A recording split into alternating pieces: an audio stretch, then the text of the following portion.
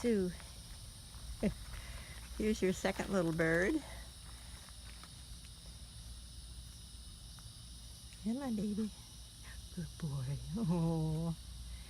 He's actually, the genetic line of a cobalt.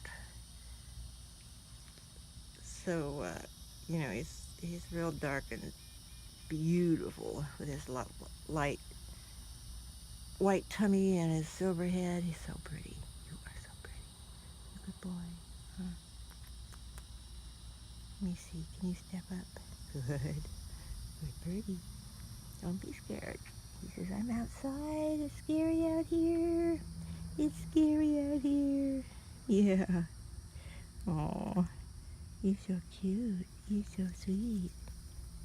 Hmm. You gotta get used to that one, huh? A little bit more.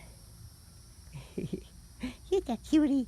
You're that cutie. Yes, you are. You're my cutie. Oh, look at those little feet. Little tiny body. So cute.